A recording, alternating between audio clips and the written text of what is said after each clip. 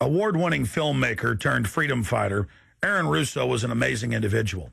You know, he'd been battling cancer for more than 3.5 years when he began making America Freedom to Fascism, that he shot, directed, edited, pretty much on his own with just the help of a few people. An amazing individual. A long life of award-winning films, of hard work, and for standing up for the Bill of Rights and Constitution. You know, when we first went and shot this interview, I put it out on the web for free, but parts of it have never been seen. So here today, you're going to have a chance to see the in-depth interview, the final interview with Aaron Russo. But his important work lives on. You know, he made one of the definitive films exposing the elite that control this nation and the world, the private Federal Reserve. And the information he put out 2 years ago rings more true today than ever. And his film, America Freedom to Fascism, and Mad as Hell, and the other great works he did just continue like ripples in a pond to light bushfires in the minds of men and women everywhere. So this film is dedicated to the one, the only, Aaron Russo. You rolling?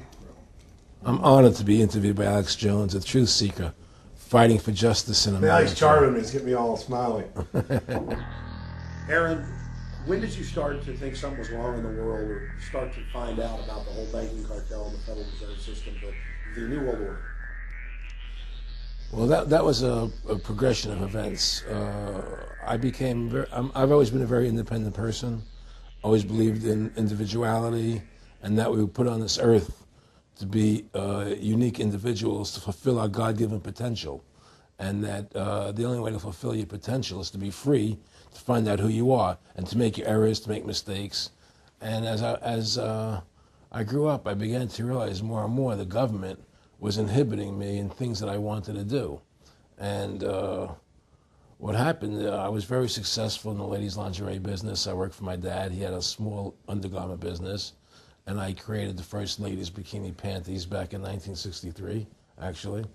And then I opened up a nightclub in Chicago called the Electric Theater that opened up the day Martin Luther King was assassinated. All right, and so the city of Chicago was in flames the day my club opened, and nobody came out to the club. And well, what happened was that that was the year of the Democratic Convention in Chicago in '68, and so my club became a hangout for the hippies, you know, and because they wanted to go to Chicago and protest what was going on. And I was having a concert at my club one night to raise money, and the police raided the nightclub, my club, for no reason at all. And I was standing outside in my office overlooking the street, and I saw all these paddy wagons pulling up in front of my club. And I was a 24-year-old kid. You know, I had no experience at all, really. So what are these paddy wagons doing here? And then I saw all these cops getting out of the paddy wagons coming into my club. I said, oh my God, they're raiding me.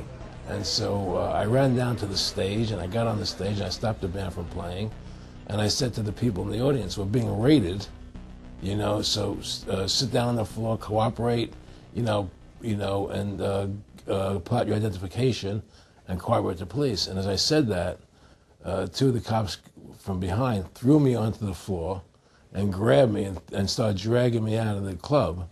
I'm going, you know, victory, victory, you know, I'm playing it for all it was worth at the time. I was a kid, and then I saw the fire department there, and the fire department was dumping garbage cans, the garbage all over the floor. And I thought to myself, well, why are they doing that? You know, very quickly as they were dragging me out. And I didn't quite understand it. So they threw me into the paddy wagon. As I got into the paddy wagon, one of the cops grabbed my testicles from behind and squeezed, and I went into the paddy wagon in gigantic pain. And the next person that came into the paddy wagon, the cop, as he was stepping in, the cops took the billy club, smashed him on the head with it, and just split his skull, you know, for no reason. I mean, there was nothing wrong. So that was kind of your wake-up. That was my awakening. Like, what is going on? I thought this was America. So I initially blamed it on Chicago and Mayor Daley, thinking it was Chicago. And anyway, it was the headlines of the newspapers the next day. You know, there was my picture in the newspapers, the headlines, Electric Theater short-circuited, it was raided. And in the article, they went ahead and they said that the reason they raided the club was because the fire department came there and saw it was messy, full of garbage, and the hippies started attacking them, which was totally not true. Those dirty hippies? It was totally false. It was a complete fabrication. So they ran a false flag on you. They framed you. Yeah, of course. And I was in shock. I said, people lie like that? People actually do these things? I couldn't believe it. It was an awakening to me. And I went on television. I told people on television that they lied. Nobody cared. Nobody cared what the truth was. It was shocking to me. And then a week or 2 weeks later, I forget exactly what it was, two cops come to see me, a lieutenant and a sergeant, a captain and a sergeant. And they said, Mr. Russo, we're sorry if you got hurt that night at the club in the raid, but we're here to tell you that if you want to keep the club open, it's going to take $2,000 a month, and we're going to come see you once a month, and whenever we have to raid you, we're going to call you, and we'll let you know we're going to come in tonight and raid you. This was mafia. Well, the police mafia, And actually, it was actually more interesting than that. They said, listen, there's the A plan, there's the B plan, and there's the super deluxe plan. And this one, of course, each one, of course, that much money a month. Which one do you want? What was the super deluxe? That's the one I took. That was a $2,000 a month plan. And I took that plan, and I paid them $2,000 a month, and they left me alone. And whenever they were going to raid the club, they would come there, we're going to have a phony raid tonight, just to look good for the people in the neighborhood, So that was your first big education? That was my education into corruption in government, But I really thought that was basically Chicago. I didn't realize it was the whole country was like that. And so that was my wake-up call, that people lie and cheat and steal. And I thought everybody was always honest and nice and decent. And I had no idea about any of these things. Well, what happened with me was that they finally one day they came to me and they said, look, we can't take your money anymore. I said, why, what's up? What's going on? I said, we have to close your club. There's elections coming, and the aldermen in the neighborhood don't want you open anymore. So we can't take your money. So I had to go to court and fight them, and they were trying to close the club. And then one night there was a fire, and the club never reopened again. The club just closed, and that was the end of the club. And they burned me down. And that was the end of my experience. And then I moved back to New York, where I met Bette Midler. And I ran into her at a little nightclub she was playing called The Improv. And I thought she was fabulous. And through a series of events, I began managing her. And as soon as I started managing her, her career took off like a rocket. It was just fortuitous, I guess. And we became very, very successful. And through managing Bette, I started producing shows on Broadway where I won the Tony. And I produced a television show where I won the Emmy with Dustin Hoffman and Bette, And then I produced The Rose for her, where she got Academy Award nominations. And then that led me to producing Trading Places, which everybody knows. I think it's the best Eddie Murphy movie. Well, it's a good one. I don't know if it's the best, but it's a really good one. And I'm very proud I made that movie. And so in my mind, I feel as if I've made a classic comedy in Trading Places, a classic musical in The Rose, and a classic documentary in Freedom to Fascism. So I'm very proud of my work that I've done as a filmmaker. Aaron, why do you do this? What's the philosophy of your life? What do you think life's all about? I think the importance of life is to like yourself. If you don't like yourself, nothing means anything. To like yourself means you have to respect yourself. To respect yourself means you have to take actions that you respect if somebody else did them. And what's the point of living if you don't like who you are? You can have all the money in the world, and if you look in the mirror and you don't like what you see there, what's the point of it? So to me, the most important thing is that I like who I am, and that I take actions that I would respect if somebody else did them. That you live a life of character, honesty, truthfulness, and I believe that a person has the ability to mold their character like a sculptor can mold a piece of clay. There's no saying that a leopard never changes its spots. I don't believe that. I believe people have the total ability to mold their character into what they choose to be in their life, what their ideals are. And that's what I try to do with my life. I am not the same person today as I was 30 years ago. I've changed a lot because I wanted to be something better than what I was before. And my philosophy is that you have to like yourself, you have to be a decent person with character and integrity and honor. And that's what's important. Back in the late 80s, I was a pretty big silver trader and gold trader. And I don't think I've ever told this story on tape before. I was a pretty big silver and gold trader. And I always paid my taxes. And I took what was a legal tax deduction on my silver trades. And a few years later, I think it was 88 or 89 or something, the IRS claimed that what I did, and other people did as well, was now illegal. We couldn't do it anymore. But they made it retroactive. I said, what do you mean retroactive? It was legal then. I did what was legal. I said, yeah, but now we're making it illegal retroactively. And that's not good. So you owe us $600,000 or $800,000. For what? It was legal. How could you make something retroactive? Change the law backwards in time. It makes no sense. Well, we're doing it. And so everybody said they can't do that. So we went to court, a class action lawsuit.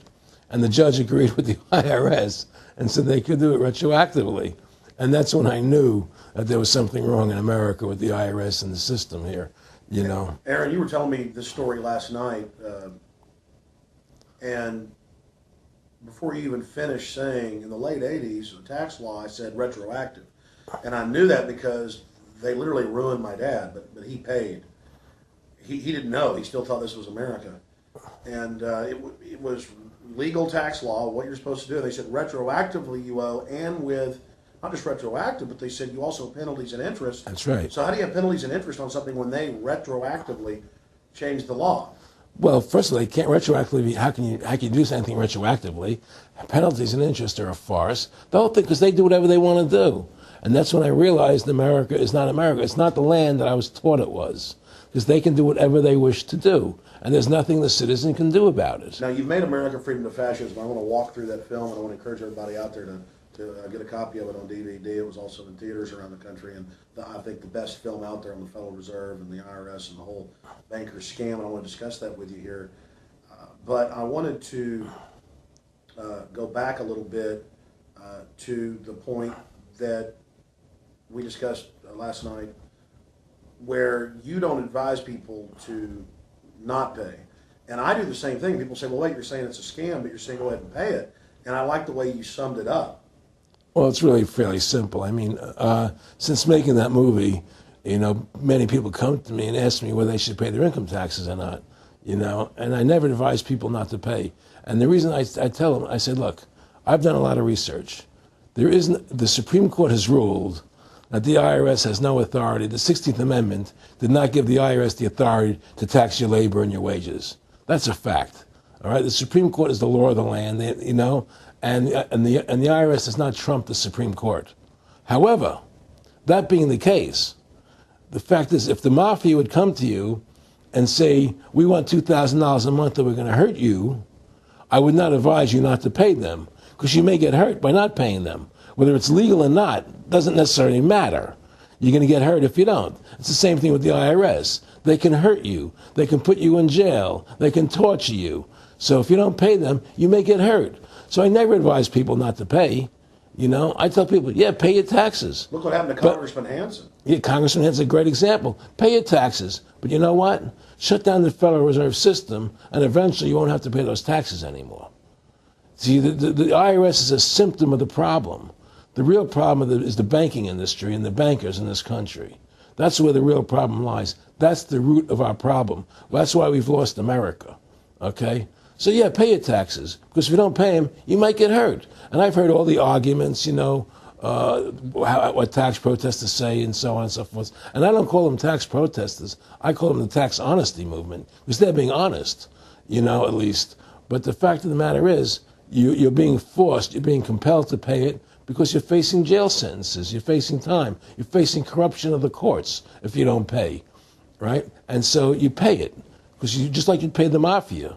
But with the mafia, at least you have the government to call and try and help you to get past the mafia, to protect you. Here you have nobody to protect you. The American people are living in a matrix.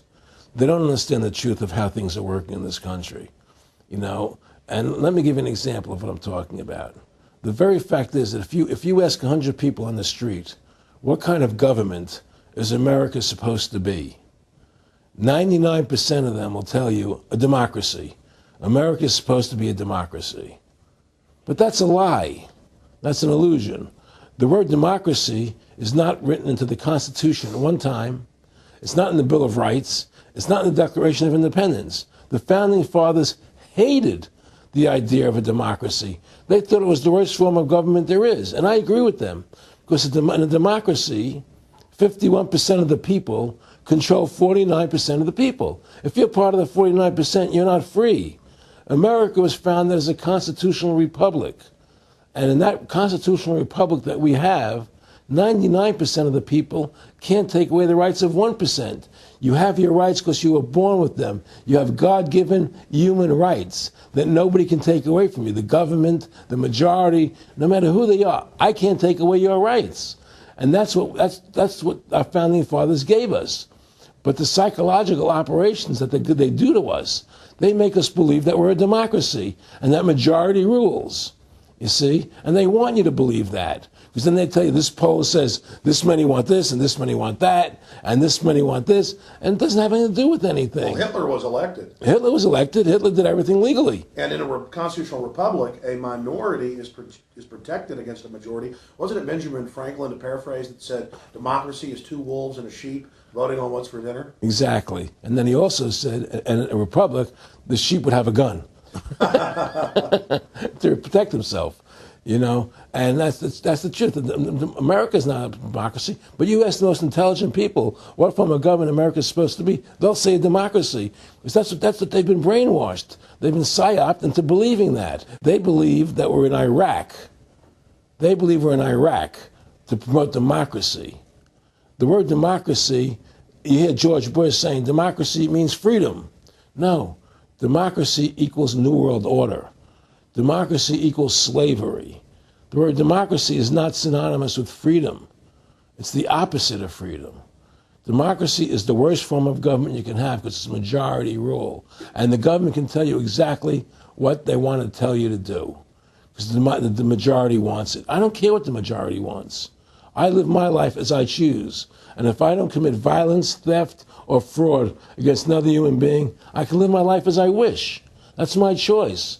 And if I'm allowed to make mistakes, because when you make mistakes, you learn from them. You grow as a human being. We're put on this earth to become the best individuals we can be, to fulfill our God-given potential, right? We're not here to put on this earth so that the government can tell us how to live our lives and what we must do. We put into these systems and these paradigms. No. The same thing in health. You know, if you're sick, you have to have a certain protocol. Nonsense.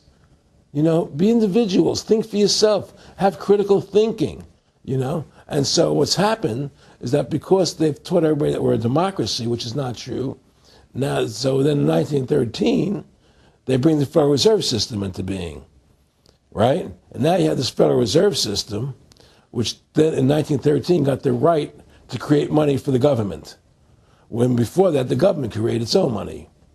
Now the government, when it needed money, had to borrow it from this private bank called the Federal Reserve, which is a private bank owned by individuals, incorporated in Delaware. And so what happens is now the government borrows money from them to fund the government. Then the government says, well, we have to pay these people interest. How are we going to pay them interest? Let's impose a tax on the labor of the American people, which never existed before, to pay the interest to the bankers. In fact, in 1980, Ronald Reagan said not one red cent of your income tax money goes to run the country. It all goes to the Federal Reserve. Well, it was the Grace Commission report that said that not one nickel goes to the infrastructure of the country. You know. I guess Reagan quoted that. Too. Right. And so, but the point I'm trying to make is that by creating this Federal Reserve System, the government now became dependent on these private banks for money. And they started taxing us, you see. And so now what happens is that in 35, I believe it was, Social Security started. And they gave Social Security cards, said not to be used for identification, the Social Security number right on the card. right? And through Social Security, they started deducting money out of your paycheck. That was the first time they were ever could take money out of your paycheck, because people agreed to it because they thought it was going to their retirement fund. And so then when they instituted the income tax again, they started taking money out of your paycheck because Social Security could do it. And then they could do it again. You see what I'm saying? And so now they've even taken control of the tax payment itself. I mean, literally like you're a slave. They're Right. taking it right there when you make it. Exactly. They don't even trust the public enough to go Send them and a pay it check. themselves, yeah. Right. So they take it out automatically because they know people aren't going to want to pay it. So what's happened is that through the implementation of the Federal Reserve System, the government has become vested in these bankers, and they get their money from the bankers. And so then they impose a tax on us, which makes us more slaves, makes it more difficult for us to survive, right? Giving them more profits. And now what's happened is that through the Federal Reserve System, the bankers have pretty much taken control of our government. It doesn't matter Republican and Democrat anymore, because they're both the same. Neither one of them are talking about shutting down the Federal Reserve System or stopping the payment of taxes, or any of the big issues that face Americans, right? So I had a friend, Nick Rockefeller, okay, who was one of the Rockefeller family, and he, when I was running for governor in Nevada, he came to me, introduced himself to me through an attorney, and we became friends. We started talking about things, and I learned an awful lot from Mr. Rockefeller. And one of the things that we used to talk about was the ultimate plan of the banking industry, what they wanted to accomplish. And the goals of the banking industry, not just the Federal Reserve System, but the private banks in Germany and England, all over Italy, all over the world, they all work together. They're all central banks, and they're all part of the Communist Manifesto. Central banking is one of the major planks of the Communist Manifesto. We talk about America being a capitalistic country, but yet at the same time we have a central bank that plans everything for us, right? And the graduated income tax is another plank of the Communist Manifesto, right? So right there you have two major planks of the Communist Manifesto that have been brought in because of the Federal Reserve System, okay? So the ultimate goal that these people have in mind is the goal to create a one-world government run by the banking industry, run by the bankers, and they're doing it in sections. The European currency, the euro, and the European Constitution is one part of it.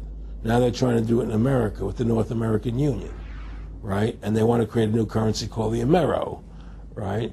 And the whole agenda is to create a one-world government where everybody has an RFID chip implanted in them.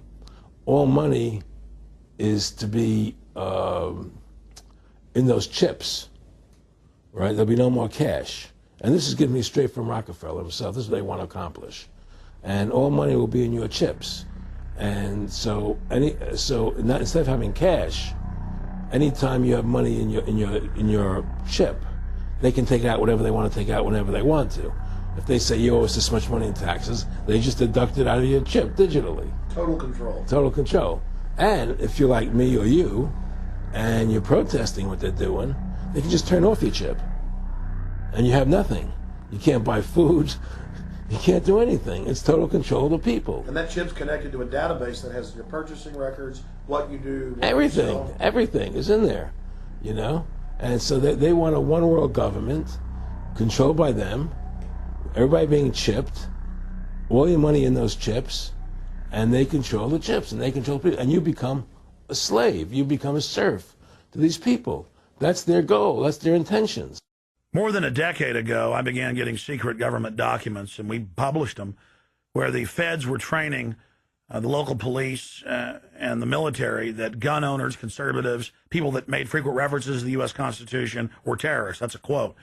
But in 2009, it broke into the national media when we received the secret MIAC report from a state police officer and that was in the state of Missouri, but the feds had written it, demonizing Ron Paul, people that wanted to end the Federal Reserve, people that wanted liberty and freedom. And now more secret reports have been released, like the Department of Homeland Security report, which the feds admit they wrote, that says returning veterans are the #1 terror threat in America, that gun owners are part of that #1 threat, that people buying ammo are the #1 threat. Think about this. You have these private bankers overthrowing the United States, and they're secretly training the police that gun owners and patriots and veterans are the #1 threat. So they're saying the American people that follow the Constitution and Bill of Rights that will actually stand up against this tyranny are terrorists, because they are the terrorists. They are the criminals coming in with a corporate takeover, a hijacking of the nation. Eric, could you be specific about when you met Rockefeller, how it happened in these discussions? I met Rockefeller through a female attorney I knew who called me up one day and said, one of the Rockefellers would like to meet you. I had made a video called Mad as Hell, and he'd seen the video and wanted to meet me and knew I was running for governor of Nevada. So sure, I'd love to meet him. And I met him, and I liked him, and he was a very, very smart man. And we used to talk and share ideas and thoughts. And he's the one who told me 11 months before 9/11 ever happened that there was going to be an event. Never told me what the event was going to be, but there was going to be an event, and out of that event, we were going to invade Afghanistan to run pipelines from the Caspian Sea. We were going to invade Iraq, to take over the oil fields, establish a base in the Middle East, and make it all part of the New World Order. And we'd go after Chavez in Venezuela. And sure enough, later, 9/11 happened, and I remember he was telling me how you're going to see soldiers looking in caves for people in Afghanistan and Pakistan and all these places. And there's going to be this war on terror, which is no real enemy. And the whole thing is a giant hoax, but it's a way for the government to take over the American people. He told you it was going to be a hoax. Oh, yeah. Oh, yeah. There's no question. He says, there's going to be war on terror. And he's just laughing. There's no, who are we fighting? I mean, why do you think 9/11 happened and then nothing's happened since then? Do you think that our security is so great here that these people who pulled off 9/11, who were able to, can't knock down another plane? Come on, it's ridiculous. 9/11 was done by people in our own government and our own banking system to perpetuate the fear of the American people into subordinating themselves to anything the government wants them to do. That's what it's about, and to create this war, this endless war on terror. And that's why and that was the first lie. And the next lie was going into Iraq, to get Saddam Hussein out with his weapons of mass destruction. That was the next lie. Now, specifically, this was a little over 6 years ago? This was 11 months before 9/11. Yeah. And Nick Rockefeller, who's a lawyer, he's become your friend over the previous years, and he's saying to you that there's going to be this big event, and then out of that we're going to have a war on terror, and it's just going to go on and on. Right, an endless war on terror without any real enemy. That you can never define a winner. And did he say that it's going to be perfect because you can't define an enemy? It just goes on Yeah, and on? because you can't define a winner. There's no one to beat, so it goes on and on forever. And they can do whatever they want. They scare the hell out of the American public. Look, this whole war on terror is a fraud. It's a farce. It's very difficult to say it out loud because people are intimidated against saying it. Because if you say it, they want to make you into a nutcase. But the truth has to come out. That's why I'm doing this interview. The fact of the matter happens to be that the whole war on terror is a fraud. It's a farce. Yeah, there's a war going on in Iraq because we invaded Iraq. And people over there fighting, But the war on terror, that's a joke, And until we discover what really happened on 9/11 and who was responsible for 9/11, because that's where the war on terror emanates from. That's where it comes from. It was 9/11 that allowed this war on terror to begin. And until we get to the bottom root of 9/11, the truth of 9/11, we'll never know about the war on terror. Aaron, you said that he was, and I think it's important, and I know this about the Rockefellers from Dr. Dennis Cuddy and many others, you'll be 20 years old in a lunch line at college, and no, it's David Rockefeller. And they're experts at recruiting and getting what they call players, and that clearly make it specific and just get you to reiterate what you said last night about you got 30% of the vote, you were having an effect, you made mad as hell. They knew that you'd started the Constitution Party. Yeah. They knew that you were somebody who was taking action and getting things done. You'd already made some big films, had a lot of other successes. Right. So they were trying to recruit you, and didn't it come down to the point of, hey, we are here to recruit you, and don't worry, your chip's going to say, don't mess with us. You know, this guy's don't touch. Yeah, yes, that did happen. I was definitely being recruited, but it's more subtle than that. Well, in your words, just go through the process, and then what he said. Well, what it is remember, we were friends, and we used to go to my house a lot. We'd have dinner, we'd talk, and he'd tell me about business investments, how you get involved in, you know, or they would help me with this business investment or that business investment. And was I interested in joining the Council on Foreign Relations? You know, I would have to get a letter to join them, but was I interested in that? And, you know, just stuff, you know, leading you on. And I used to say to him that I never really did that because that wasn't where I was coming from. You know, as much as I like you, Nick, you know, your ways and my ways, we're on the opposite side of the fence. You know, I don't believe in enslaving people, you know, and he would come back with, oh, I do? Or, well, it would be more like, you know. it's better for them. Well, it's more like, you know, how do I put it? It was like, what do you care about them? What do you care about those people? What difference does it make to you? Take care of your own life. Do the best you can for you and your family. What do the rest of the people mean to you? They don't mean anything to you. They're just serfs. They're just people. You know, it was just a lack of caring, you know, and that's just not who I was. It was just sort of like cold, you know. It was just like cold, you know. And I used to say to him, what's the point of all this? You have all the money in the world you need. You have all the power you need. What's the point? You know, what's the end goal? And he said the end goal is to get everybody chipped, to control the whole society, to have the bankers, the elite people, you know, the bankers and some governor controlling the world. And I said, all the people in the Council on Foreign Relations believe this way you do? He said, no. You know, most of them believe they're doing the right thing. A lot of them believe it's better off being socialistic. You know, we have to convince people that socialism is really capitalism. Because America's becoming a socialist country. It's a communist country today. And here we are years later after Aaron Russo points out that this is not a capitalist or free market country, but is really socialist. In fact, here's the cover of Newsweek. We are all socialists now. But this isn't the socialism the public thinks it is, where the government robs from the rich to give to the poor. Actually, it's always the big banks, the elites throughout history that fund socialism. They want to use the middle class's money to basically domesticate the working class and expand the size of government so it can basically, in the end game, eradicate the middle class and have a giant submass of uneducated slaves who have no chance of ever rebelling against the tyranny, and a tiny elite in control of it all. And that is the very nature of this New World Order system. They are using big government to strangle competition, to take control of the people, to break up the family, to basically set up a global plantation or neo-feudalist state. Well, one of the things they told me was that he was at the house one night, and we were talking, and he started laughing. He said, Aaron, what do you think women's liberation was about? And I said, I had pretty conventional thinking about it at that point. I said, I think it's about women having the right to work, getting equal pay with men, just like they won the right to vote, you know? And he started to laugh. He said, you're an idiot. And I said, why am I an idiot? He said, let me tell you what that was about. We, the Rockefellers, funded that. We funded women's lib, you know? And we're the ones who got all over the newspapers and television, the Rockefeller Foundation. He says, and you want to know why? He says, there were two primary reasons. And they were, one reason was we couldn't tax half the population before women's lib. And the second reason was, now we get the kids in school at an early age. We can indoctrinate the kids how to think. It breaks up the family.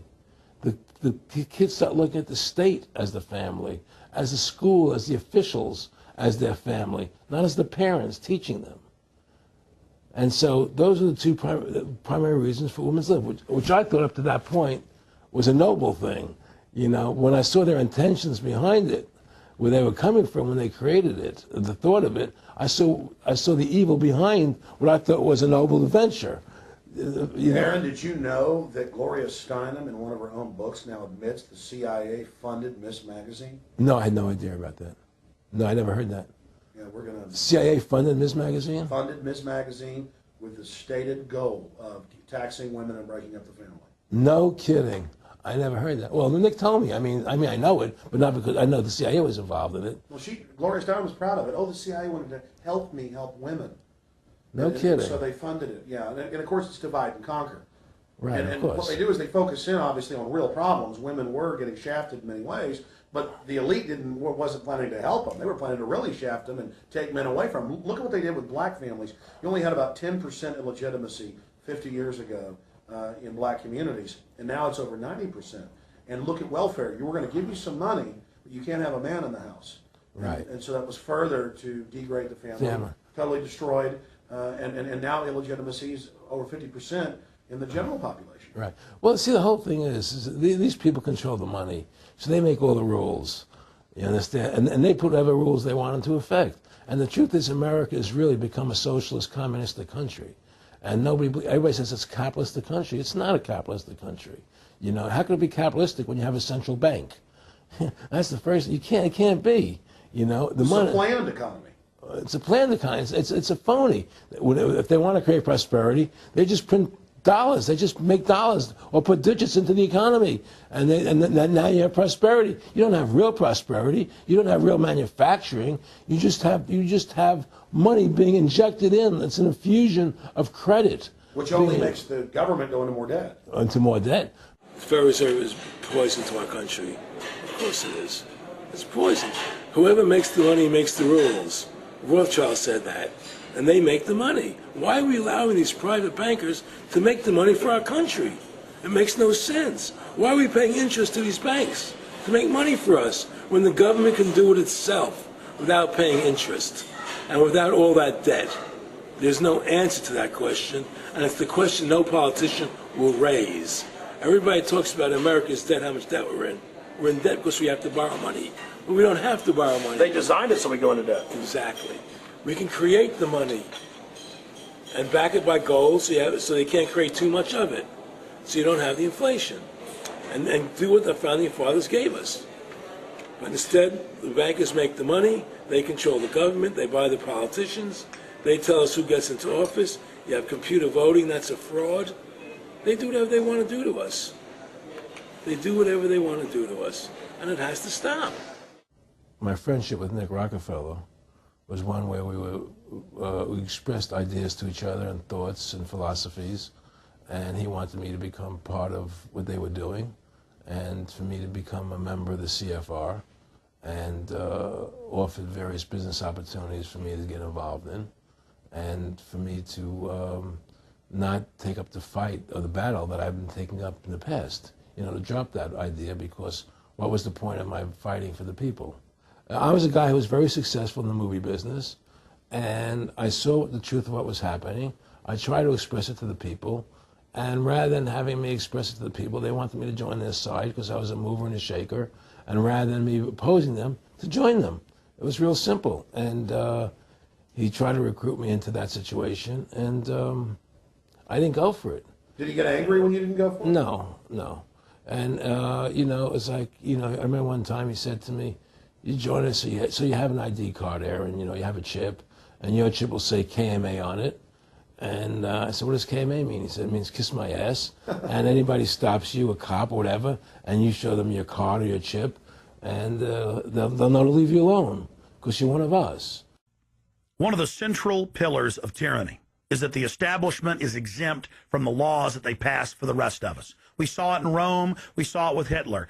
We saw Richard Nixon saying, look, I'm the president. If I break the law, it's not illegal. We saw George Bush and Dick Cheney say that. We see Barack Obama continuing that, saying, I'm not going to give detainees real trials. I'm going to give them secret kangaroo military commissions trials, and we're going to hold them in secret camps, and I've got executive privilege. It's the same thing over and over again. And one example of hundreds that are out there was a story back in April of 2008 out of the Orange County Register. And this backs up exactly what Aaron's talking about with Mr. Rockefeller saying, I got a chip in my hand, kiss my ass. Here's just one example of hundreds. Special license plates shield officials from traffic tickets. And it goes on to say that 996,000 plus vehicles in California are exempt from no insurance, reckless driving, speeding, running through toll booths, running red lights, on and on and on. And who is it? It's state employees. It's federal employees that can go and get exempt. It's police. It's government bureaucrats above the very laws they try to enforce on us. This is tyranny. And so literally all over the nation, they've tried to pass it in Texas but failed. They want it where the police are above the law, where the government officials are above the law, where they have immunity, where they can't be prosecuted for crimes. Congress exempts itself from most of the tax laws and other laws that they put on the rest of us. They're exempt from Social Security, and they get a pension that pays out on average 5 times what citizens get. Again, it's already happening. So the chip in the hand and saying they're above the law under the guise of national security, that's what the 1947 National Security Act and now this whole Homeland Security system is all about. Why are you fighting for the people for? What is that about? The people just, they have to be ruled. They have to be, the Constitution, what you're standing for is only for a few people. It's only a few individuals that can live that way, and we believe that it's best for society to be ruled by an elite people who control everything. And I said, I don't believe that. I believe God put me on this earth to be the best person I could be, and put everybody on this earth to be the best they can be, not to be a slave and a sheep to you and these people. And I don't understand why you want to control everything. What is the need for that, And I asked them, do all the people in the Council of Foreign Relations feel the same way you feel?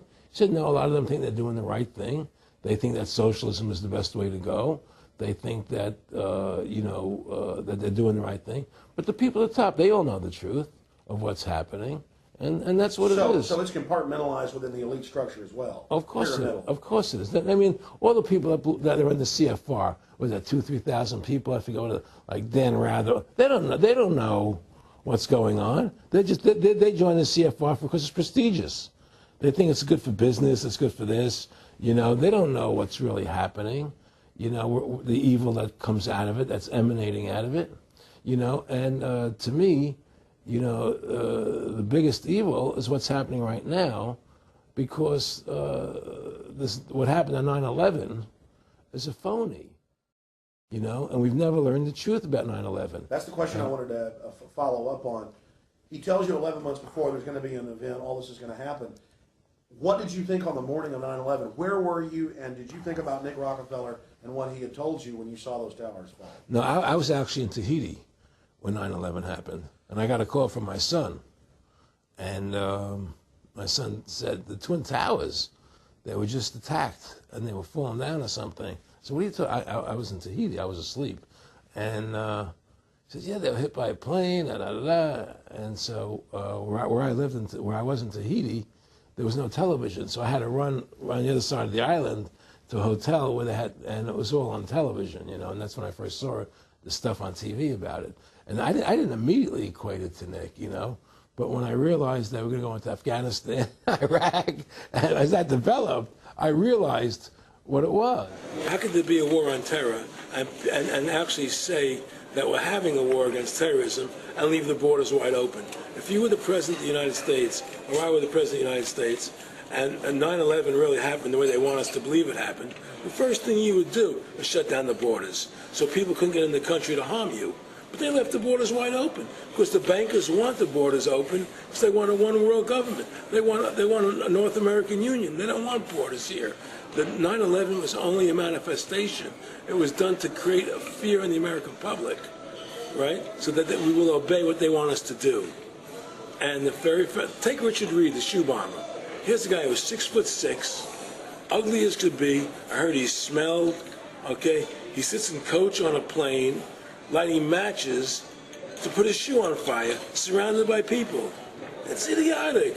If you were going to blow up a plane, you go into the bathroom, you close the door, and you put your shoe on fire. You're not going to sit there surrounded by people lighting matches on a no-smoking flight.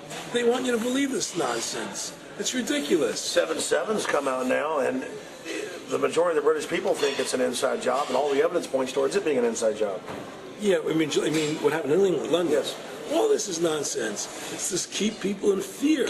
It's this endless war on terrorism that doesn't really exist, so people will submit to whatever the government wants them to submit to. Searches, check your shoes, have ID cards, put chips in you, where you become servants to the elite. That's what this is all about, Restore America's republic to what it's supposed to be, get the bankers out of our government, get the bankers out of our government. Government should stop borrowing money from the banks. Government should make its own money, restore the republic, individual freedoms. That's what this country's about. And until we do that, we're gonna be slaves. I mean, to me, I see people like Bill O'Reilly on television, right? And I see how much they control the media. Like there's this girl on Bill O'Reilly the other night from an organization saying the world can't wait. And this girl was spot on. Everything she was saying was the truth. And all Bill O'Reilly could do was call her a lunatic. He couldn't challenge the facts. They just call people names. They can't, and until we just find that, look, this world, we're heading into a world of danger, possible nuclear wars, because the banking industry is trying to take over the world. 9/11 is the beginning of the war on terror. That war on terror is leading us into Iraq, which is the next lie. So you had the lie of 9/11, how that happened. Nobody knows how Building 7 came down. Okay, we know 9/11 was a fraud. The American people don't know it, but more and more of them are believing it. Okay, so that was the first lie. Besides the inception, I'm not going back to the inception of the Federal Reserve, that original lie. But 9/11 was the first lie in this present state we're in. 9/11 is the kickoff of the war against the American people and the people of the world. 9/11 was a phony. It's a fraud. It didn't happen the way they told us it happened. Now, because of 9/11, we then had the authority to go into Afghanistan and Iraq. Iraq didn't have weapons of mass destruction. Okay? So that was the next lie. Now they're talking about going into Iran. Now, how would you feel if you were Iran and you had this big, powerful country, America, go into your next-door neighbor, take over their oil fields, right? Wouldn't you be worried that what they were going to do to you? Of course you're going to be worried. But the people of America don't think about it from Iran's point of view. They think about it from our point of view. So now we're going to send more troops into Iraq and keep building up because they want Iraq and the Middle East to become part of the New World Order. And Iraq was using, Saddam wanted to start using euros instead of dollars, right? He was messing up their whole consumption. Iran wants to start using euros instead of dollars. They have. Okay? So I'm saying what they're trying to do is preserve their power. And one lie leads to the next lie, leads to the next lie. And until you get to the root cause of 9/11, which is supposedly the war on terror, we'll never solve our problems here. Should we send more troops into Iraq? Should we not send more troops into Iraq? Well, the truth is, the fact is, that it all goes back to this war on terror. Where did 9/11 come from? That's the root cause of everything. And until we have a full investigation, find out why Building 7 fell down, why they shipped all the steel out of America so quickly, from the buildings, why all the things that don't make any sense about 9/11, until we find out why it really happened, we'll never understand why there's a war on terror. And we'll never be able to prove that the war on terror is a phony. Nick and I discussed many things. One of the things we discussed, or he brought up in conversation, was reducing world population, and felt that there were too many people in the world. In a way, I agree, there are too many people in the world, but I don't think I have the authority to say who's going to die and who's not going to die, But they felt that they wanted to reduce world population, and he felt that should be reduced by half. He even mentioned to me once they were having a real problem trying to solve the Israel-Palestinian problem. And he talked to me once about they were playing with the idea of bringing Israel to Arizona, you know, and taking all the people from Israel and giving everybody $1 million and setting up Israel in the state of Arizona. Unbelievable. To end that problem, because that's a problem that they're not in charge of, in a sense. They're not controlling that problem. They're very arrogant. They can do whatever they want to do. We've given these people the authority to create money out of thin air, and through that device, they control everything. And if you want to win the battle to stop that, you have to deny them the ability to create money. It's only because they can make money that they have all this power. They literally have the money machines. They have the money machines. They can print it. They can do whatever they want to do. They own everything. Aaron, we take over pretty quick. If we were the guys that issued the money, everybody had to come give us real assets for the use of this money we just printed up. You know, people. You know, I tell people, you know, why in the world does the American government borrow money from the banks when they have the ability to create it themselves without borrowing it and paying interest on it? Why? And nobody can answer that question. Not one politician ever raises that. Why does the American government borrow money when they can create it without paying interest? Well, we did create it up until 1913. And so people say, well, because if the American government does it, it'll create inflation. That's the answer. I say, well, let's look at it. The American government has the Federal Reserve do it, which creates the same inflation as if they did it. But also with the inflation, now you're getting massive debt. So with the Federal Reserve, you have inflation and debt. Now, if the American government made the money, backed by gold, which limited the amount they could make, you wouldn't have debt and you wouldn't have inflation. But inflation was only about 50% from the 1780s, I've looked it up, until the late 1800s. And then we have the central banks already trying to cause some panics, which they then used to push the Federal Reserve. And if we look at inflation since 1913 into 2007, it's exponential. In fact, $1 is worth about 2 pennies to what it was worth in 1913. Federal Reserve Chairman, former Federal Reserve Chairman Alan Greenspan, doubled the money supply from 2000 to 2006. And then Edward Bernanke, the new Fed chief, came in and said he's going to double it again in the next 2 years. And then he said, now I'm going to make the money supply numbers secret. And so now we don't even know. Right. But the evidence is they are just, I mean, in the curve of inflation, it gradually grows. And then suddenly at a point, it goes straight up. And it seems we've It's now... parabolic, yeah. Yeah, parabolic. But the thing is that the only thing I disagree with you on from early 1800 to 1913, there was no inflation other than during the Civil War. You know, when Lincoln was Well, I'm talking about how much $1 was worth. And I know it never changed. There was no inflation. In that whole 100 years, there was no inflation. People knew what the money was worth. They could retire. They knew what it would cost them to live their lives out. There was no problem. It was only since 1913 when the Fed came in that we created massive inflation and massive debt. So then what you said earlier, then there really wasn't inflation. There was no So inflation. you don't get inflation when the government issues the money, at least in the U.S. history. No, not if it's backed by gold. Well, exactly. But I'm talking about, and I did look this up, and I believe that if you look after the country was set up, and some of the things that happened with Andrew Jackson and the rest of it, there were points where it spiked and there were manipulations. There were points, mostly during the Civil War. Yeah. And that's because Lincoln printed so much money. Exactly. That's right. But once that ended, but basically there was no inflation other than that during that short period of time. I mean, a loaf of bread was a loaf. Of course, the same thing. People could plan their lives. Today, they planned inflation. Now you have two parents working. They can't afford to pay for their family anymore. The kids are going to state-run schools now. The kids are being indoctrinated how to think. They're being given Ritalin. They're being given all these drugs. The whole country's being dumbed down. It's all because of the Federal Reserve System. And the Federal Reserve System and these bankers are responsible for the demise of America.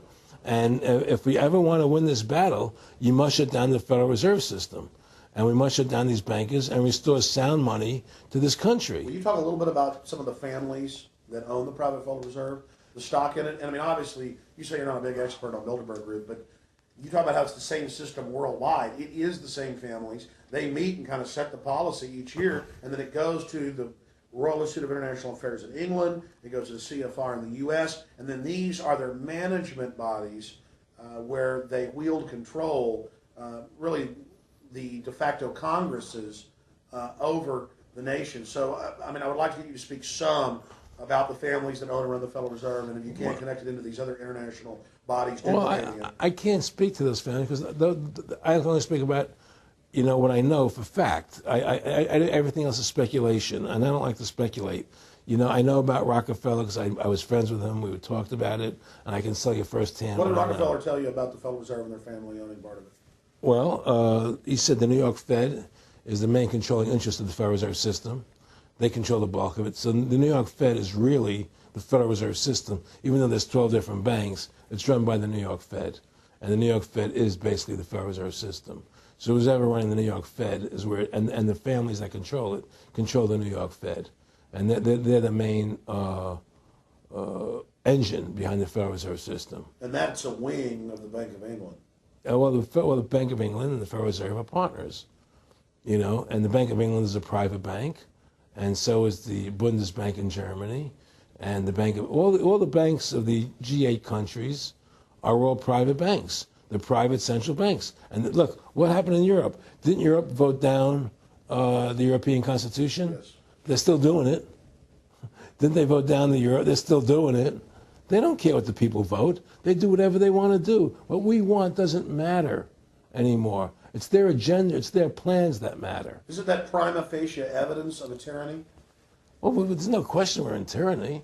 There's no question we're living in a world where the American citizen is no longer a free individual human being to do the things that they wish to do. We're slaves, and it's getting worse. What do we got to do to bring these people down? In my opinion, you must shut down the Federal Reserve System. And I think that there has to be an uprising. There has to be an uprising. People have to stand up. I can't do it alone. You can't do it alone, Alex. And we need to get a majority of people, not a majority of people, but It was 5% won the war against the British, a highly motivated group. But I agree, people have got to get angry first. I mean, not just, we know it's corrupt and that lackadaisical. We got to get pissed. people don't seem to have the courage to do what they have to do, I want to say you've got a lot of courage. Well, thank you. I don't know if I have a lot of courage. I just have Well, I want to thank you for what you're doing for my family. I have a sense of conscience and I have a sense of justice. I get nervous about what I do, but I do it because there's no other choice. I couldn't live with myself if I didn't do it, But the fact of the matter is, I've ostracized myself pretty much from Hollywood. People are afraid to deal with me in Hollywood a lot because of what I do and the things I say. I don't go along with routines. A lot of people in Hollywood know the truth. They're not willing to stand up and speak about it. I know many of them have seen my movie, and they know I'm right, and they won't talk about it because everybody's afraid. Everybody's afraid because they think that this money they get, these Federal Reserve notes, are really money, and they think they have a comfortable lifestyle, and they're afraid to change. They're afraid to stand up for what's right. And until people are willing to stand up and have the courage to do what they need to do, it's not going to change. And hopefully, what you're doing, what I'm doing, what other people like us are doing, can affect the change that people will stand up and say, hey, I've had enough. The thing is, we have one advantage. That they need us to cooperate. See, if we don't cooperate with them, they can't win. And so they always need our cooperation to go along with their programs. So they try to sell us. Right. They try to sell us. Democracy, this majority says this, believe in this, do that. The war on terror, we got to be scared. They're always trying to do things to sell us so that we'll go along with them.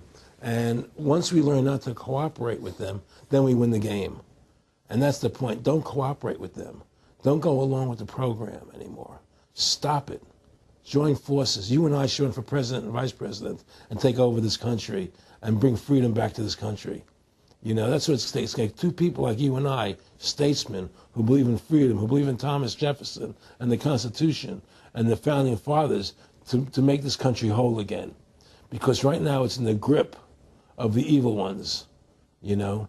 And the only way to stop that is for good men to stand up. What's Edmund Burke said? Evil can only thrive when good men do nothing. Yes. Right? We got to do something. That's what it is, you know. Silence is golden, but when it comes to your freedom, it's yellow. You know, we have to stop being scared. We have to stand up and do what's necessary to take back, to stop these bankers, these elite, this government full of lies, congressmen full of liars, you know. People destroying our borders, you know, creating a government. I mean, imagine this. Here you are in America, and they're combining America, Canada, and Mexico into one country, the North American Union, and the American people don't know anything about it. It's not even in the press.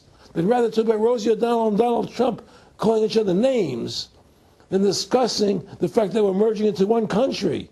The press doesn't even report it. Or that Paris Hilton doesn't wear underwear. Yeah, Britney Spears. But I mean, who cares? I mean, the fact of the matter happens to be that tells you how controlled the media is. Here you are combining America, Canada, and Mexico into one country, and you don't see it in the press. Unless maybe it's Lou Dobbs. You don't see it in the press. You just don't see it. It should be the top story everywhere. Everywhere, and not worried about it, really. Why? That tells you there's the evidence that it's controlled. They don't want the American people to know what's going on. That's why they don't protect our borders. That's why we're losing our Constitution, the very document that secures our freedoms. There is a rising tide against it. There is a rising tide, but we have to mobilize. We have to mobilize. And we have to get all the good people in this country to stand together and say, I'm not going to take it anymore.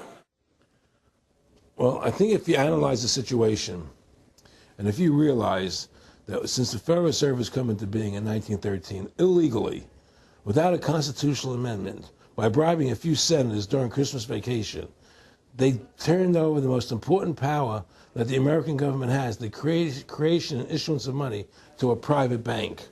Through that private bank issuing money, they have destroyed this country.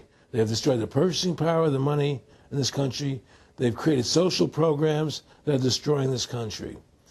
Thanks to the work of Aaron Russo and Ron Paul and many others, folks are starting to find out who the real enemy is. Offshore private banking corporations that have engaged in a hostile corporate takeover of the United States and almost every other nation on the planet. And the private Federal Reserve is their beachhead here in the United States. Ron Paul has introduced H.R. 1207 that at time of taping has over 87 sponsors just to audit the private Federal Reserve that arrogantly says it's above all U.S. laws and above all three branches of government and that no law enforcement can investigate them. I mean, how asinine is that? How above the law is that? How ridiculous is that? Everybody else gets audited. Nobody else is above the law but them, this group of plutocrats, this group of polycentric bankers that are setting up this neo-feudal world system. Now, they've taken over our government, both Republicans and Democrats. There's no difference anymore between the two parties. They control both parties.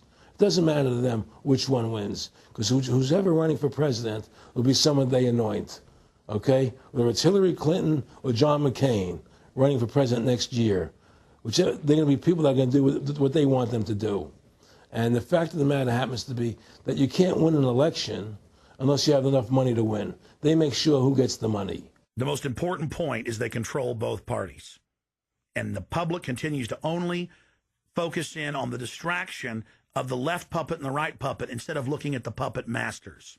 In fact, more and more of this is coming out. Top Senate Democrats, bankers own the U.S. Congress. Senator Dick Durbin on Chicago radio station last week blurted out an obvious truth about Congress. This is from Salon, that despite being blindly obvious, it is rarely spoken. And, quote, the banks, hard to believe in a time when we're facing a banking crisis, that many of the banks created are still the most powerful lobby on Capitol Hill. And frankly, they own the place.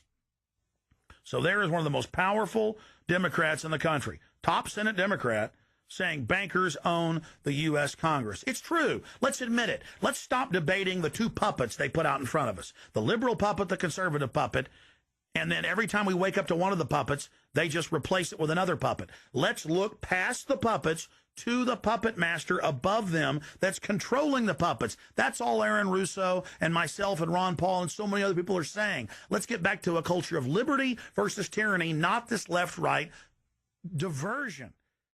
When folks are sick of Obama in 4 to 8 years, they're going to put a Republican in, and they'll put out different rhetoric, but carry out the same operation. Because as the top Senate Democrats said, the bankers own the place, even though they engineered the crisis. And make no mistake, they did engineer it by design. Their own documents, their own IMF and World Bank documents admit that. And out of this crisis, they're setting up the new Bank of the World, according to Time Magazine and Newsweek and the Wall Street Journal and just hundreds of publications with headlines like, "And now for world government," in the Financial Times of London. They create the crisis and then say, okay, our Ponzi scheme's falling apart and bankrupting you. Give us $12.8 trillion in the first 6 months of the banker bailout. And now they say, we'll set up a Bank of the World you pay your carbon taxes to, and private bankers will rule your life, and we'll pay private greenhouse gas carbon taxes to 2 firms owned by Al Gore, and this is publicly admitted. I mean, this is how bad the scamming is getting. And we've got to wake up. We've got to say no. We've got to get angry and get in the face of the New World Order. Again, the private offshore bankers own America. They own both parties, but they get you in a rah-rah, Coke versus Pepsi, Redskins versus Cowboys, fight. And you get in this little political fight as followers instead of looking past that to the actual global elite and what they're setting up. So through these bankers attempting to taking over America, knowing that America was the freest nation in the world, it was necessary for them to take over America, take away our gun rights of freedom to bear arms, and create a country where we become slaves. Because once they take over America, the rest of the world becomes a lot easier for them. And so, by creating 9/11, an event to terrify the American people that were being attacked by terrorists, you create a world where there's an enemy that can never be pinpointed. You can never win the battle. It's a 100-year war. It's a never-ending war on terrorism, right? So you're always fighting this war. And through the war on terrorism, which is the 9/11, which is the first lie, then you create the war on terrorism, which is the next lie. Then you create the war in Iraq for weapons of mass destruction, which is the next lie. And it's one lie to the next lie to the next lie. Now it's going to be Iran, the next lie, sending more troops and a surge into Iraq. Think about what Aaron Russo is saying here. The war on terror is a war on the American people and the people of the world. You see, the elites always sell the public on tyranny by attacking a minority that's unliked first, or the outsider. Oh, we're just getting rid of the Bill of Rights and Constitution, having secret arrest and FEMA camps and the Military Commissions Act for foreigners. It's just for them. And now the federal government has been caught saying that gun owners, conservatives, people buying ammunition, they've been caught saying that returning veterans are the #1 threat to Homeland Security. And in a way, that's true. People that know about the Bill of Rights and Constitution and know that our country's being taken over and hijacked by foreign banks, I guess they are the threat to the criminals that have done this. That's all the New World Order is a private corporate takeover of the nation states, of the governments of the world. And then these private corporations bring in a tyrannical form of neo-feudalism that they call corporatism or fascism. Mussolini said that fascism should properly be called corporatism, and that's what it is. And they create the socialism to get control of the wealth and to control society, and then they pipe the profits to themselves. So they socialize the general public to get control of us, but it's private above us. It's basically just slavery. Now, think about what Aaron Russo was saying here, and it's absolutely true. This is a war on the American people. They build Homeland Security, they build the police state in the name of fighting foreign enemies, and then they flip it all around to use it against the American people, and the MIAC reports and the DHS reports and the rest of it. This whole thing was set up for the people, and Aaron Russo nailed it. It's just one thing leading to the other, and it's always with the event. It's always in the point of taking over more countries, more dominance, making sure the American dollar, making sure the G8 stays in control of everything. And what they want to do is to control the American people, control the people of the world, put RFID chips in everybody, so everybody's a slave to these central banks. Did you ever talk to Nick Rockefeller after he told you all this and then 9/11 took place? No. But he did. He told me that you're going to see men running around caves looking for Osama bin Laden. You're going to see men looking for, these guys, and they're going to be, He told you it was all going to be bull. It's a phony. The whole thing is a fake. It's a fraud. Was he laughing, or was he just coldly saying this? No, it's more laughing, cynical, laughing. It's more like how stupid everybody is. Look how stupid everybody. We can do whatever we want to do. Well, it is ridiculous. It's like with Al-Zakari. They claim they killed him like 14 times. And then they never said, well, we didn't kill him last time, but we killed him this time. They never even, now they're like practicing being ridiculous. Well, what about bin Laden being in the American hospital, getting kidney help? Yeah. Right? In the American hospital, right? They could, if they wanted Osama bin Laden, they could have gotten him. Oh, yeah. He was right in the American, after the Cole. Well, every time our troops really would keep catching Taliban leaders, they would be ordered by the generals to let them go. That's come out in the newspapers, but only here or there. And they kept going, and then Pat Tillman was complaining about it, and then he got shot. I talked to his brother. Oh, you did? And then he got shot, and there was a big hero charging Al-Qaeda. No Al-Qaeda, somebody shot him in the back. Look, we're dealing with complete evil.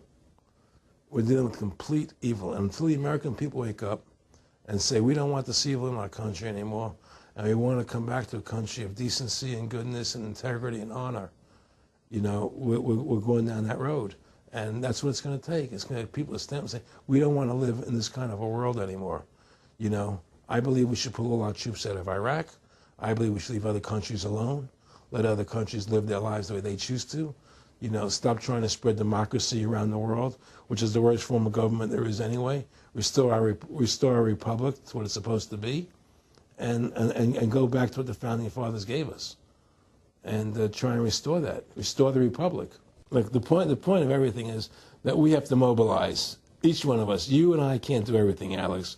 You and I may be leaders. We may be out there, and people listen to us, what we have to say, and follow us.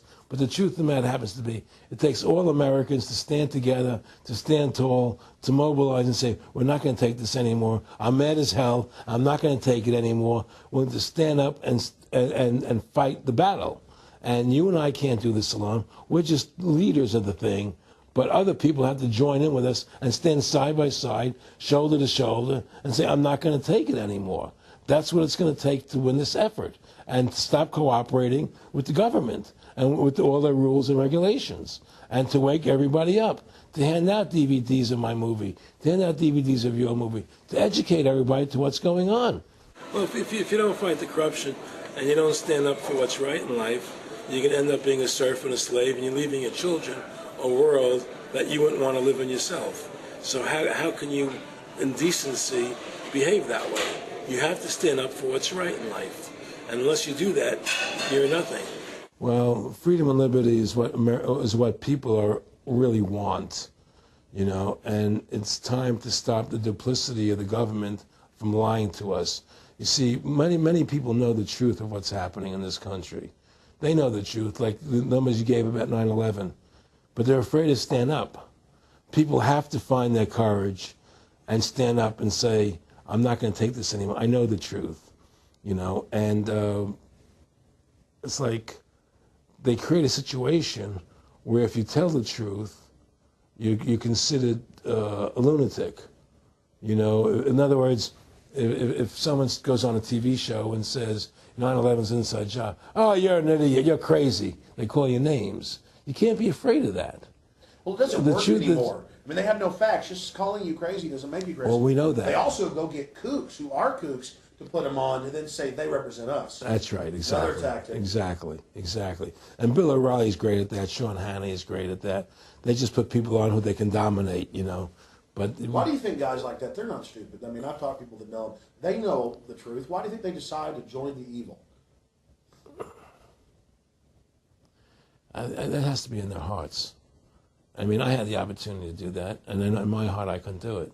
So it has. But I mean, how could you or I consciously be involved in something like putting AIDS virus in black Africans' vaccines? I mean, what the hell? I mean, it's like, we're not good guys either. I mean, I don't think I'm like some special perfect person. What the hell's wrong with this elite? I mean, what are they running around doing evil? I mean, they just run around continually doing evil. Well, I think a lot of them think they're doing the right thing. I think a lot of them think they're doing the right thing. Not the top elite, but people within the system, you know. But I think that it's all about, as Nick said to me, it's about control and power. They have all the money they want. They can make all the money they want. They have a machine that can make all the money. It's not about money. It's about control. It's about their vision of how they want to see the world in their eyes. And, you know, you and I believe in individuality, in the person being the dominant thing, the individual being the dominant person. Today we live in a world where institutions are dominant, not people. You know, the American, you know, we the people, by the people, for the people. Now it's we the institutions, by the institutions, for the institutions. People are secondary. It's all about corporations and institutions. And the Federal Reserve is the biggest institution in the world. You know, if you ask somebody what's the biggest corporation in the world, they'll say Google or Walmart or Exxon or something. But the biggest corporation in the world is the Federal Reserve System, right? And all the other corporations feed off the nipple of the Federal Reserve System. Well, it's like the Monopoly game. The bank always wins. It has unlimited money. It's not the people playing on the board. Exactly. The bank owns the board, the box, the right. The shelf it's sitting on. But that's because you gave them the ability to make the money. You have to take that away from them. You can take the bank away from the private bankers. Exactly. You have to take the creation of money away from the private bankers, and you'll solve 95% of your problems. Well, I mean, look at America. 10% growth rates every year like China's having right now. The U.S. had 10% growth rates until the Federal Reserve took over. And then if you look at that, it all starts really going downhill from there. Well, they destroyed the American worker. What they've done, here's what's happened. The Federal Reserve has created this massive inflation in America, which means that the American worker has to keep making more money to keep up with the cost of living. The more money they make to keep up with the cost of living, the less competitive they become in the world economy.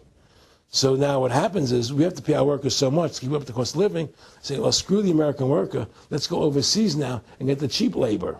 But really, that's a war being waged against the middle class. Of course the it is. bankers print the money.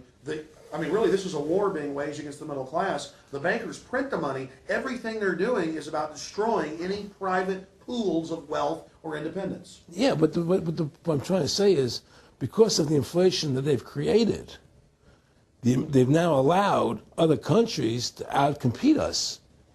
You see, because other countries don't have to pay as much money as we have to pay here to our workers to survive. Yes. So now we're not competitive anymore. So we've lost our manufacturing base. We've lost our competitive. In the old days, the American worker, you wanted to buy everything American. You wouldn't buy anything from Japan, which was cheap crap. And what does that leave us? It leaves America this military force, and so the elite's giving us a deal. We'll continue to build up your military and give you homeland security jobs, shift your economy over to being the bulldog enforcer of the New World Order. Exactly. You can either do, and by controlling the economy, they force everybody into that position. That's exactly correct. That's exactly correct. And there's no more manufacturing here. We're a service economy. We do nothing. We provide nothing. We provide nothing to the rest of the world anymore. Well, first of all, Freedom to Fascism is a movie that everybody should see, because we show the fraud of the income tax. We show how judges put people in jail for no reason. We show the corruption of the justice system, and we show how the Federal Reserve came into being and how it's controlling society, and how all the central banks of the world are working together through the Bank of International Settlements in Switzerland, which is the central bank for all the central banks, and how they all work together to create this one world government, the one world order, which is what they're trying to do. So Freedom to Fascism is a movie just to get you a good basic education about how the world is really working. And I really want everybody to see that movie. Critical. In terms of the CFR, in terms of compartmentalization, I mean, there are many good people, I believe, that are part of these organizations don't even understand what the organization's really about. People like when I was in Germany doing cancer treatment, there was a gentleman there who was visiting a friend of his who had cancer, and he was a member of the CFR, and we were talking, and I showed him the movie. He said, "Oh my God, I'm going to resign. I had no idea this was what the CFR was about." He had no idea. He was just a nice guy who thought he was in this prestigious organization. Yeah, a lot of it's about getting good people, and so you can watch them. Keep your friends close, your enemies closer. Well, no, it wasn't even that. It was, a lot of people join the CFR because they think it's a prestigious organization. It'll help them in business, make good business contacts. They didn't have an understanding that the CFR is really about world domination, about how they and the Trilateral Commission, the Bilderbergers, all work together, with the banks to control the people. They don't. A lot of them don't understand that. They don't see the big picture. Oh, it's CFR. It's a prestigious organization. I'll make this one. I'll make that one. I can do good business deals out of it. It's just business to them. The CFR wants to get the people in there that have influence and power, and so they're part of that. So they're not opposing them, It's like the whole country today is becoming the haves and have-nots. You're getting the very, very wealthy, the middle class is being destroyed, and you're getting the poor people. Isn't this just a slick mafia that took over and uses fancy PR? Well, you can call it mafia, you call it whatever you want, but it's definitely a criminal organization. There's no question about it. But it's a criminal organization that has prestige, that appears to have what's the word I'm looking for? Class, style. It's like, respected. It's respected. People don't look at it as being a criminal organization. That's what a great job they've done. People look at Alan Greenspan as being a hero. The maestro. What do you think happened with him in the late '60s? He wrote a big section, a chapter for Ayn Rand in a book, and he talked about how horrible the Federal Reserve was. We needed a gold standard. Now the bankers are robbing us. And then they literally came and said, "Oh, and you see somebody who made a deal with Beelzebub." Well, exactly. You make a deal with the devil. I mean, it gave him a chance to be one of the most powerful men on the earth, and it gave him a chance to accomplish things he never thought he would accomplish in his life other than that. And it's very seductive. It's a very attractive perfume. I mean, I was attracted when they came to me and spoke to me about it. I thought about it. I was attracted to it, They asked me if I wanted to open up these nightclubs, open up a chain of Baywatch nightclubs, and we'll do this thing, we'll do that, and we can do this. I mean, all these things were proposed to me, business ventures. But You know what it is? It was your nature, though. It's the way you are. You couldn't take the deal. Well, I can't do that to people. I just can't be in a position where I can do that to other people. I have a conscience, and my conscience would not permit me to do that. People say I'm very courageous. I don't think I'm courageous. I think I have a conscience, and my conscience doesn't allow me to do that to people. It makes me feel sick. I just don't believe in it. No, I agree. When I do bad things, I feel bad. When I do good things, I feel good. Yeah, exactly. I feel the same way. And I mean, I don't know what's going to come out. I mean, I don't have that much money, but I've got some money. I mean, it's like, what more do I need? I can go on a trip if I want. I can help pay for my kids to go to school and have my life, comfortable. I mean, how would I go out and screw people so I could have some more junk? Well, money's a funny thing. I was talking to Michael Eisner one day, and I said to Michael, you may have $1 billion, Michael, but they're all dollars. If the dollar goes bad, how much money are you going to have? And that's the thing. Everything is denominated in dollars. Everybody thinks in terms of dollars, but the dollar has no value. And then someday everything returns to the mean. Well, really, the whole universe, financial universe we live in, is a matrix fraud. Yes, it is. And that's why it's going to come crashing at some point. And they're going to try and hold it up as long as they can. I mean, whenever they want to manipulate the markets, they can. If they want to send the price to go down lower, they can. If they want to send the stock market up, they can. They do that. There's no more free markets. You don't live in a society where free markets rule anymore. You don't live in a capitalistic society. But meanwhile, they say it's capitalistic right. and free market all day when really they're waging war financially and politically. Exactly right. Aaron Russo, I want to thank you for this interview. Anything else you want to add? No, I'm happy to do it for you. How about your website? My website, freedomtofascism.com. Go over there, take a look at it, you know. But just, folks, you know, all I can say is, you know, take our country back, restore the Constitution. Don't let these bankers do this to us anymore. Stand up, don't be afraid of them, and do what you got to do, you know. And I have plans in the works, and when I get over my problems, you know, we'll reveal them, you know. And Well, I'll be supportive of that. thank you, Alex. And listen, you've done a great job alerting people to the truth. And don't, in other words, don't be afraid to be ridiculed by these people. You know, if 9/11 was a phony, and I know it was, then stand up and say it's a phony. Don't be scared to tell the truth. Don't allow their you know, their powers of trying to make you look silly to frighten you. What did you think of what Charlie Sheen did? I love what Charlie Sheen did. I was so respectful of what he did. I just applauded him. People saw right through that attack. They flipped a light switch when they went after him. Yeah, but you see, they don't. You see, the thing is that more people don't come out and do it. You know, to build that wave. Charlie did it. I'm really proud of the guy. David Lynch did. But the media was smart and didn't bite this time. Right. I mean, a few people have, but they're not picking up on it because they control the media. James Brolin did on The View. I heard that. I heard that as well. But again, they're not picking up. Barbara Walters looked like she's about to have a heart attack. But they don't pick up on it. You see, they don't allow it to go anywhere. You know, it comes if someone says something, they let it die. You know, but they keep perpetuating, you know, the war on terrorism. They keep perpetuating all these things that are lies. And because we've given the Federal Reserve the money-making power, they control the media, they control the government, and they're all in bed together. So you're fighting all this propaganda all the time, and it's a very difficult fight. Americans, mobilize. Stand together, stand tall. Tell the government you're mad as hell. No longer cooperate with the government. Do not accept the national ID card. Do everything in your power to restore freedom and your individuality back to America. Stop being a country run by the institutions for the institutions.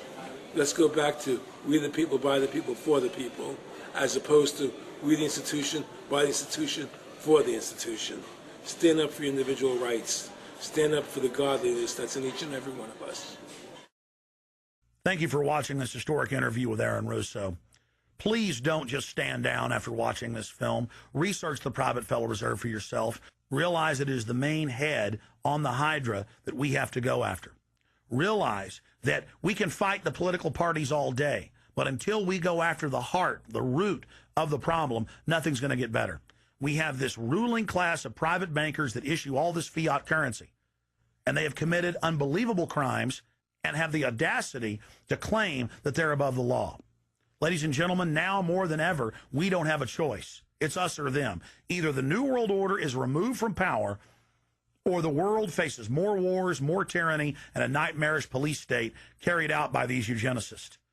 So in the memory of Aaron Russo and every other freedom lover out there in history, and for the future of our children and the species, humanity itself, let's call for grand jury investigations of the private Federal Reserve. Let's arrest the bankers. Let's kick these foreign corporate criminals out of our country and get our constitutional republic back. Let's stop being distracted and diverted by the liberal and conservative puppets they stick up in our faces on television. Let's look past the front men to the actual architects of the New World Order and bring them to justice.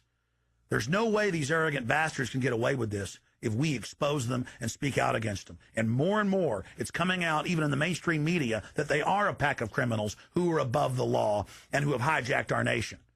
But they're only above the law in our minds. We have to expose them as the criminals they are and bring them to justice.